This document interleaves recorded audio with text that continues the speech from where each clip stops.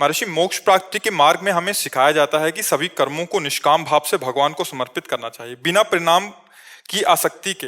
फिर भी इस यात्रा में कभी कभी हम ऐसे निर्णयों का सामना करना पड़ता है जहां दो रास्ते या विकल्प सामने आ जाते हैं और हम किसी भी परिणाम की भविष्यवाणी नहीं कर सकते। ऐसे क्षणों में हम कैसे ये पहचान सकते हैं कि कौन सा मार्ग ईश्वरीय इच्छा के अनुरूप है और कौन सा हमारे अपने व्यक्तित्व, इच्छाओं या अहंकार से प्रेरित हो सकता है, खासकर जब दोनों ही सत्य पर सही प्रतीत हो रहे हों? कैसे कैसे हमें किसका प्रश्न है? कैसे आप हमें बताएं कि दोनों सत्य प्रतीत हो रहे हैं कैसे? तब हम आपको बताएं कि वो अपनी वासना है, अपनी इच्छा है या भगवान की इच्छा है। बताइए आप कौन सा कर्म आप ऐसा।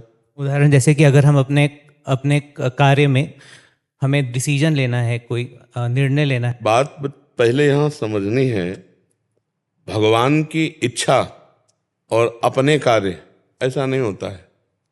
भगवान की इच्छा का पालन करने के लिए पहले तन वांग मनोभीर अमलई सोहम तवि वाष्टिता, शरीर को, मन को और वाणी को और आम को भगवान के चरणों में समर्पित करना होता है।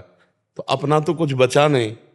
जब अपना कुछ अहम बचा नहीं तो उनकी इच्छा ही हमारे हृदय में इच्छा बनकर के स्फुरित होगी। और जब तक अहम है तब तक स्वेच्छा है।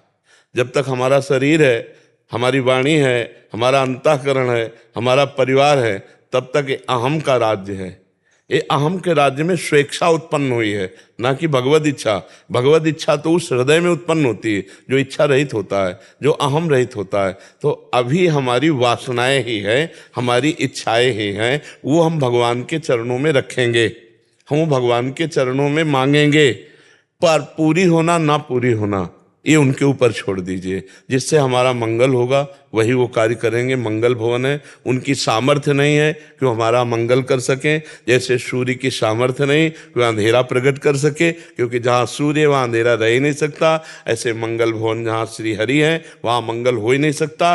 हो सकता है हमारी मांग के विपरीत दे दें, लेकिन वो विपरीतता ही हमें परम मंगल प्रदान करने वाली होगी। और भगवान की इच्छा को वही जान सकता है जो अपनी इच्छाओं को मिटा दिया है या भगवान के चरणों में समर्पित कर दिया है।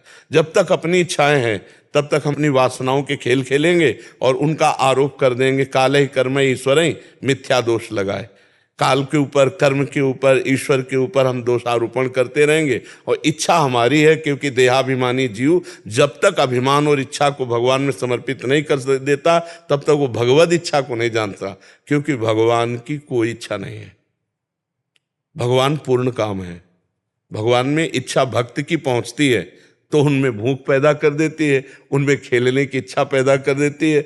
जैसी भावना भक्त करता है वैसे ही भगवान चेष्टा करते हुए नजर आते हैं। भगवान अमना है, भगवान पूर्ण काम है, भगवान इच्छा रहित है।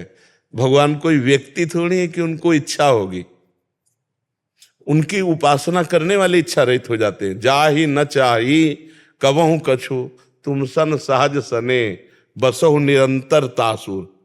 जिसने चाह मिटा दी भगवान से सहज प्रेम, तो वहाँ भगवान विराजमान हो जाते हैं। वहीं भगवान अर्जुन के जैसे घोड़े पकड़े बैठे हैं, ऐसे हृदय में मन और इंद्रियों को पकड़ करके जीव को परमात्मानंद प्रदान करते हैं, अपना स्वरूप प्रदान करते हैं।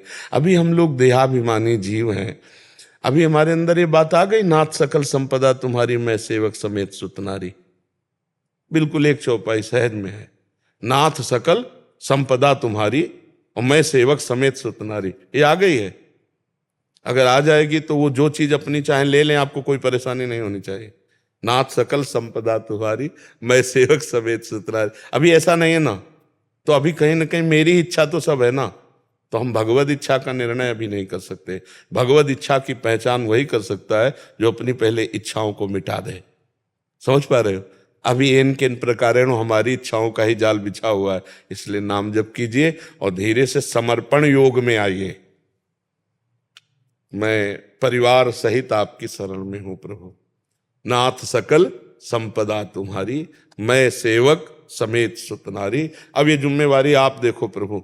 मैं तो आपका केवल मुनीम हूं, छोटा सा, 4 लोगों का मालिक आप हो, इस घर के, इस परिवार के। मैं एक छोटा सा सेवक हूं। जो आप देंगे आपकी सेवा करता रहूंगा, आपके परिवार की सेवा करता रहूंगा। जरूरत होगी तो मुनीम होने के कारण पर्चा आपको पकड़ाते रहेंगे, स्वामी आप है, आप देखते रहिए। आप बहुत आनंद में जीवन व्यतीत कर लेंगे अगर हमारी बात ये समझ पाएंगे। और कर्ता बनते रहेंगे, घर के मालिक बनते रहेंगे, तो फिर परेशानी ही परेशानी, और आप समझ नहीं पाएंगे भगवान के विधान को, और हो सकता है श्रद्धा भी डगमगा जाए। क्योंकि खेल ऐसे हैं, सृजन पालन विनाश, जैसे अभी आप रुदन कर रहे थे, अब आपको लाख समझाओ लेकिन जो हृदय पे चोट लगी उसको कैसे कोई संभाल, वो छाती जाने। जिस माँ का पुत्र गया हो वो माँ जान सकती है, हम लोग तो बाहर से ऐसे उपदेश दे सकते हैं। अंदर का जब मोह नष्ट होगा तब इनको हमारी बात समझ में आएगी। अभी हम कहते हैं सब भगवान का है, अगर भगवान अपनी वस्तु ले ले तो अभी श्रद्धा खत्म हो जाएगी। नहीं खत्म, इसका मतलब समर्पण नहीं था। हम समर्पण योग की तरफ चले तो भगवान कहते हैं योगक्षेमम वहम में, हम भगवान का चिंतन करें और अपने आप को भगवान के हवाले कर दें, तो जो अप्राप्ति की प्राप्ति कराना और प्राप्ति की रक्षा करना वो सब कर लेंगे। बहुत करुणामय भगवान है, समझ पा रहे हैं आप।